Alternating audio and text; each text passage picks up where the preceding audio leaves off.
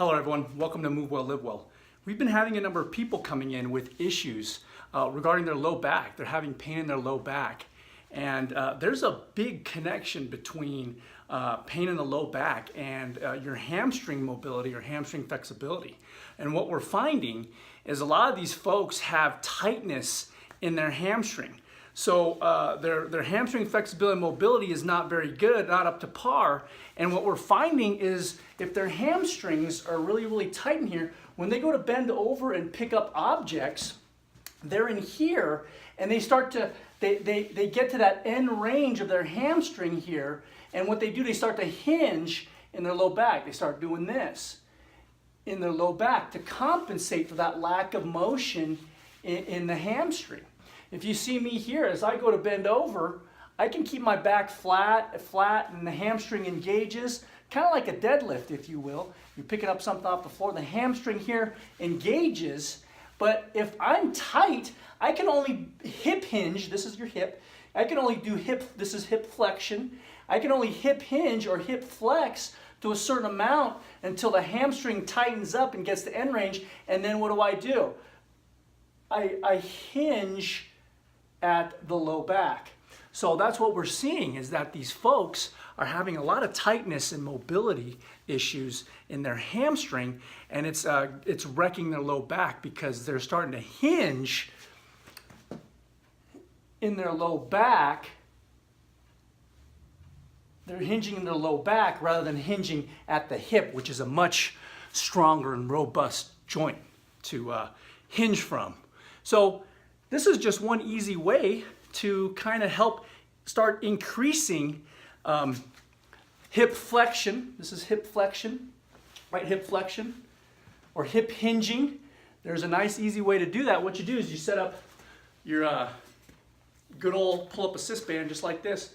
You hook it around a post. You could do this in a doorknob. Make sure nobody opens the door on you. What you do is you hook this around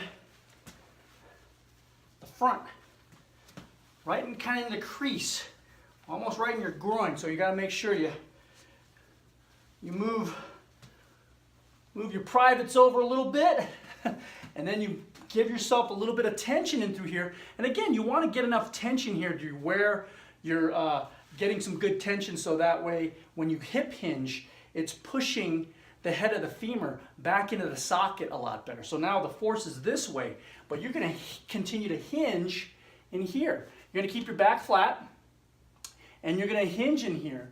And you go until you get tolerance. You can feel this tightness in through here for some folks, especially if you're really lacking mobility in that hamstring. So, knees slightly bent.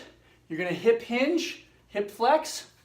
And then your knees are going to be slightly bent. And if you can, oscillate the knee by straightening it out, let go, straighten out, let go, straighten out, let go. Come back, get a good rest, come forward, just like that. And then you're going to hip hinge right there. And then the knees slightly bent just like this, and you're going to oscillate back and forth, opening up that. And you can see my back is not changing here. The arch of my back, I like to put my hand on my back right here just for demonstration purposes. But you see this? I'm just kind of oscillating. You feel this tightness in the hamstring start to alleviate in through there. And then over time, when you go to pick up something off the floor, over time, you'll be able to start reaching farther and farther, engaging the hamstrings and less hinging from the low back. So that'll help alleviate some of that low back issue that you have. Anyway, if you have any questions, feel free to drop them off in the comment section below. Thank you for watching. We appreciate it. Please like, subscribe, and share. And when you hit subscribe, make sure you hit that notifications button, that little bell, so that way you don't miss any videos coming up here in the near future. Anyway, we appreciate you. We thank you. We'll see you next time. Bye-bye.